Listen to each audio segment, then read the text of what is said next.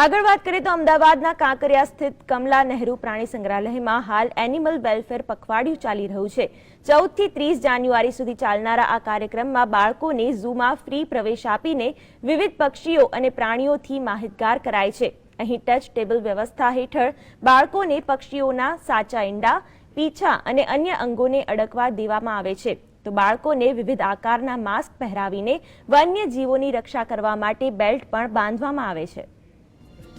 અમદાવાદના કાંકરિયામાં આવેલા કમલા નહેરુ ઝૂમાં હાલ એનિમલ વેલફેર પખવાડિયાની ઉજવણી ચાલી રહી છે।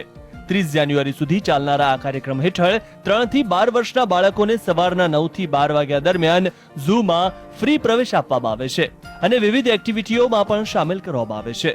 હાલ અમદાવાદ સહિત મહેસાણા અને અન્ય શહેરોમાંથી પણ મોટી સંખ્યામાં બાળકો ઝૂની મુલાકાત લઈ રહ્યા છે।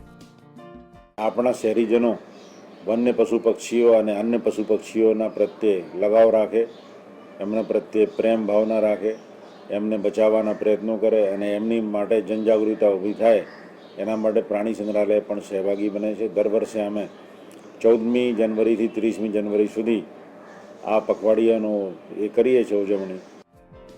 આ ઉજવણીનું સૌથી મોટું આકર્ષણ છે ઝૂ દ્વારા શરૂ કરવામાં આવેલું ટચ ટેબલ, જેમાં ઝૂના એનિમલ નિષ્ણાતો દ્વારા બાળકોને ઈમુ અને મોરના ઈંડા, સાપની કાંચળી, કાળિયાર અને સાબરના શિંગડા સહિતના મૃત્યુ પામેલા પ્રાણીઓના અંગો વગેરે ટચ કરાવીને રોમાંચક અનુભવ કરાવાય છે।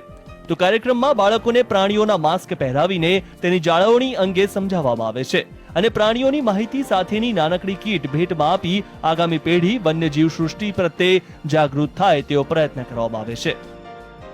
સાપની કાંચલી હોય, સાવડીના પીછા હોય, ઈમુના ઈંડા હોય, એ તો અજાયબી છે। ઈમુના ઈંડા તો લીલા કલરનો હોય, ડાર્ક, કોઈ દિવસે જોવાય નહીં મળ્યો, તો બાળકને જોવાનો ચાન્સ બી મળે અને હાથ લગાવવાનો ચાન્સ, તો બાળકોને એક તો નોલેજ મળે અને એક આ અનુભવ પણ થાય, એ માટે આપણે આયોજન કરીએ છીએ અને બાળકોને એક પ્રેમ પણ થાય, તો ભવિષ્યમાં એ લોકો પ્રાણીઓને બચાવે।